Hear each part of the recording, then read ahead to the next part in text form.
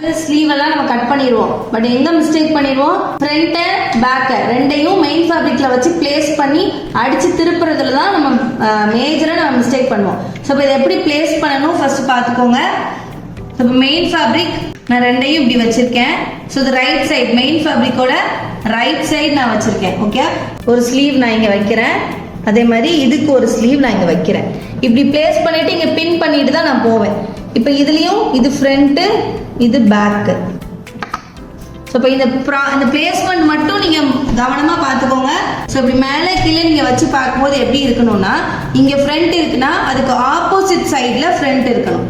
So இப்போ இதை நான் திருப்பி போட, இங்கே நான் நாச் பண்ணியிருக்கேன், அதனால எனக்கு இது ஃப்ரண்ட் தெரியுது. நாச் பண்ணுவோம்ல, அப்போ இது ஃப்ரண்ட், இது பேக்.